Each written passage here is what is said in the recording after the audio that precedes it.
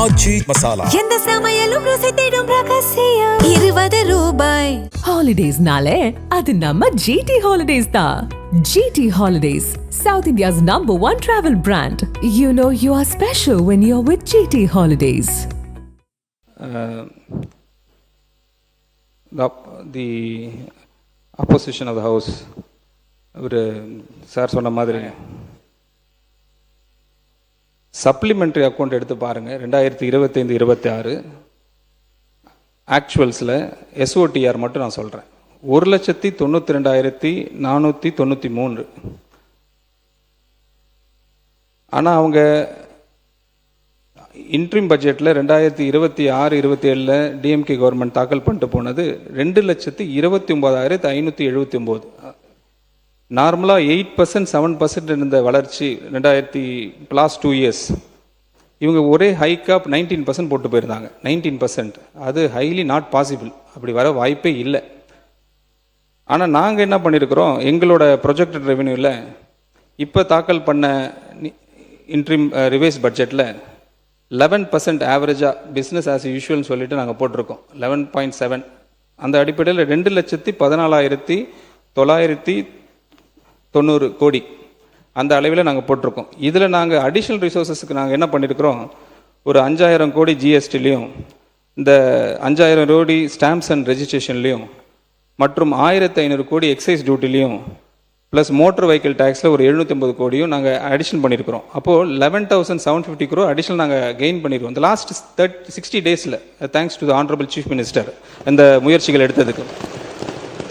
அது அடிப்படையில் தான் நாங்கள் 2,26,740 சொல்கிறோம், வேறு ஒன்றும் இல்லை. இன்னும் நிறைய விஷயங்கள் இருக்குது, நிறைய டிஸ்கஷன் நான் சொல்ல விருப்பப்படுறேன். டைம் இருந்தால் சொல்கிறேன் சார். மாண்புமிகு அமைச்சர். பேரவை தலைவர் அவர்களே, மாண்புமிகு நிதியமைச்சர் அவர்கள் பேசுகிற போது, போன வருஷத்தில் நீங்கள் ஆக்சுவல் எக்ஸ்பெண்டிச்சர் இதை வச்சிங்க, இதை வச்சு தான் நாங்கள் எங்களோட இதை கொண்டு வந்திருக்கோம்னு ஒரு இதை சொல்கிறாங்க. நீங்கள் எக்ஸ்பெண்டிச்சர் கம்மியாக இருக்கிறதுக்கு பல காரணங்கள் இருக்கலாம். பொதுவாகவே பட்ஜெட் நடைமுறைகளை நாம் அனைவரும் நன்றாக அறிவோம். ஒரு பட்ஜெட்டில் நம்ம இது இந்த வருஷத்துக்கு இது எஸ்டிமேட்டாக இருக்கலாம் என்று ஒரு காரணம் வரும். ஆனால் நடைமுறையில் அந்த பட்ஜெட்டில் வருகிற போது பல்வேறு காரணங்களால் அந்த திட்டத்திற்கான நிதி முழுமையாக செயல்படுத்த முடியாத ஒரு சூழ்நிலை ஏற்படக்கூடும். உதாரணத்துக்கு கேபிட்டல் எக்ஸ்பெண்டிச்சரை கூட சொன்னார். கேபிட்டல் எக்ஸ்பெண்டிச்சர் நீங்கள் இதை விட பண்ணலேன்னு ஒரு வருஷத்தில் திராவிட முன்னேற்ற கழக ஆட்சி இருக்கும்போது பார்த்தீங்கன்னா தொடர்ச்சியாக நேஷனல் கெலாமிட்டி மாதிரி பல்வேறு இயற்கை இடர்பாடுக்கான சூழ்நிலைகள் தொடர்ச்சியாக வந்தது. சென்னை பெருவெள்ளம் வந்தது, அதே போல் தென் மாவட்டங்களில் பெருவெள்ளம் வந்தது. அப்போ கேபிட்டல் எக்ஸ்பெண்டிச்சர் பண்ணக்கூடிய சூழ்நிலைகளில் நம்ம பெரிய அளவில் நம்ம எக்ஸ்பெண்ட் பண்ண முடியாத ஒரு நிலை வரும். அப்படி வருகிற போது அந்த தொகையானது அப்போ நம்ம அந்த இதில் பட்ஜெட் ப்ரொவிஷன் வர. உதாரணத்துக்கு பள்ளி கல்வித்துறை நீங்கள் எடுத்துட்டிங்கன்னா டீச்சர்ஸ் அப்பாயின்மெண்ட்டுக்காக நீங்களே சொன்னீங்க, ஊதியத்திற்கான தொகைகள் ஒருவேளை எக்ஸ்பெண்ட் பண்ண முடியாமல் இருக்கலாம். டீச்சர் நம்ம ரெக்ரூட்மெண்ட் இந்த வருஷத்துக்கு இத்தனை பேர் நம்ம எடுக்கலாம்னு நமக்கு பார்த்துருப்போம், அதற்கான தொகை ஒதுக்கியிருப்போம். ஆனால் அந்த வருஷத்தில் ஒரு கோர்ட்டு கேஸோ அல்லது வேறு ஏதோ ஒரு பிரச்சனையினால அந்த ரெக்ரூட்மெண்ட் அன்னைக்கு நடந்திருக்காது, எக்ஸ்பெண்ட் பண்ணியிருக்க மாட்டோம். ஆனால் அதன் காரணமாகவே அடுத்த வருஷம் அந்த ரெக்ரூட்மெண்ட் வராது என்பதற்கு கிடையாது. ஸோ நம்ம அங்கே ஒரு ப்ரொவிஷன் கொடுத்தாவிய நீங்கள் ஆக்சுவல் எக்ஸ்பெண்டிச்சரை மட்டும்தான் எடுத்துக்கொண்டு நீங்கள் ஃபர்தர் எஸ்டிமேட் நீங்கள் செய்வீர்கள் என்று சொன்னால், நீங்கள் ரிவைஸ்ட் எஸ்டிமேட்டுக்கு போவேன் அல்லது அடுத்த வருஷத்துக்கான பட்ஜெட் எஸ்டிமேட்டுக்கு போவேன் என்று சொன்னால் அது ஒரு சரியான பிரதிபலிப்பாக உங்களுடைய திட்டமிடலுக்கு அமையாது என்பதை ஒன்று நான் உங்களுக்கு சொல்லிக்கொள்ள கடமைப்பட்டிருக்கேன். SOTRல நீங்கள் நான் கொண்டு சொன்னீங்க, நீங்கள் 229 வந்ததுன்னா கடந்த வருடம் நமக்கு வந்ததில் டிப்பு காரணம் என்ன? ஜிஎஸ்டியில் அவங்க ரேஷனலைசேஷன் கொண்டு வந்தாங்க. திடீரென்று ஜிஎஸ்டிக்கான வரி விகிதங்கள் குறைக்கப்பட்ட போது நமக்கு கிடைக்க வேண்டிய அந்த வரி வருமானங்கள் அதிலே நமக்கு குறைவாக வர வேண்டிய சூழ்நிலை வந்தது.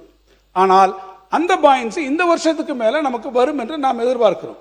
எனவே தான் நாம் என்ன பார்க்கிறோம், இந்த வருஷம் அதிலிருந்து அதிகமான வணிக வரியிலிருந்து நமக்கு ஒரு கூடுதலான தொகை வரும் என்று நாம் அதற்காக பதிலாக எஸ்டிமேட் செய்கிறோமே ஒழிய, நீங்கள் சொல்வதை போல இது ஒரு அன்ரியலிஸ்டிக் எஸ்டிமேட் என்னன்னு நம்ம ஒரு அம்பிஷியஸாக கூட நீங்கள் வைத்துக் கொள்ளலாம். But need not necessarily be unrealistic estimate என்பதை நான் உங்களிடத்துல தெரிவித்துக் கொள்ள விரும்புகிறேன். இன்னொன்று, நீங்கள் நேற்று பேசுகிற போது, முந்தா நாள் நம்முடைய மாண்புமிகு நிதியமைச்சர் அவர்கள் பேசுகிற போது ஒன்று சொன்னாங்க, இந்த 60-70 நாட்களுக்குள்ளாக நாங்கள் கவர்மெண்ட் ட்ரெஷரிக்கு 15,000 கோடி ரூபாய் கவர்மெண்ட் ட்ரெஷரிக்கு நாங்கள் கொண்டு வந்திருக்கிறோம் என்று ஒரு கருத்தை அவர்கள் சொன்னார்கள். நான் அவரிடத்தில் கேட்க வரும்போது, இந்த 3 மாத காலத்திற்குள்ளாகவே அரசாங்க கஜானாவில் 15,000 கோடி உங்களுக்கு வந்திருக்கிறது, இந்த பணம் உங்களுடைய கஜானாவுக்கு வந்திருக்கிறது என்றால் அந்த விவரத்தை எதன் வாயிலாக வந்திருக்கிறது, நேரடியாக உங்களுக்கு ரியலைசேஷன் வந்திருக்கிறதா? ஏன்னா அந்த 3 மாசத்துல உங்களுக்கு 15,000 கோடி வருவதாக நீங்கள் சொல்லியிருக்கிறீர்கள். இன்னும் கூட சொல்ல வேண்டும் என்றால் உங்களுடைய திட்டங்களுக்கு நீங்கள் வரக்கூடிய நிதி என்பது இந்த அரசாங்கத்தினுடைய எஃபோர்ட்ஸ்னால வரல. இது சென்ட்ரல் மத்திய ஒன்றிய அரசிலிருந்து உங்களுக்கு வரக்கூடிய அந்த கிராண்ட்ஸ் அண்ட் டிரான்ஸ்ஃபர்ஸ்ல விக்ஷித் பாரத்லேருந்து எவ்வளவு வருகிறது, ஒன்றிய அரசினுடைய திட்டங்கள்ல இருந்து எவ்வளவு உங்களுக்கு வருகின்ற நிதியை வைத்துத்தான் அதை நீங்கள் குறிப்பிட்டு சொல்கிறீர்கள் என்பதை நான் தெரிவித்துக் கொள்ள விரும்புகிறேன். ஒரே ஒரு கேள்வியோடு நான் முடிச்சிடறேன். ஒன்றும் ஒரு விளக்கத்துக்காக மட்டும்தான் நான் கேட்க விரும்புகிறேன். ரெவென்யூ டெபிசிட்டை பற்றி, என்ன கடன் இல்லை, ரெவென்யூ டெபிசிட்டை பற்றி ஒன்று நீங்கள் சொல்லியிருக்கும் கூட சொன்னீங்க. நீங்கள் நாங்கள் இன்ட்ரீம் பட்ஜெட் போட்டு போகும்போது 48,696 கோடி ரூபாய் நாங்கள் ரெவென்யூ டெபிசிட் இருக்கிறதாக வரும் என்று நாங்கள் கணக்கு போட்டிருந்தோம். நீங்கள் அதுக்கு 55,775 சொல்லிங்க.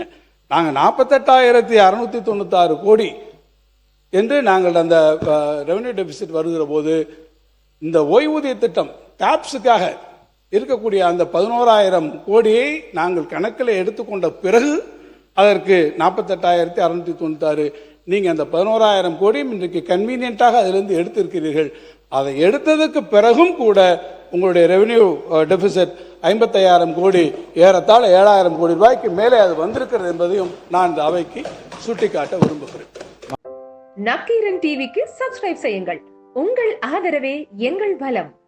ஆசிரியர்களுக்கு நண்பனாகவும் மாணவர்களுக்கு ஆசானாகவும் திகழும் தேர்வு வழிகாட்டி. ஒவ்வொரு பாடத்திற்கும் அனுபவமிக்க ஆசிரியர்களின் துல்லியமான தெளிவான விடைகள். CNC இருக்கு, தேர்வு பயம் எதற்கு? இது தீரன் பப்ளிஷிங் ஹவுஸ் விற்பனை வெளியீடு.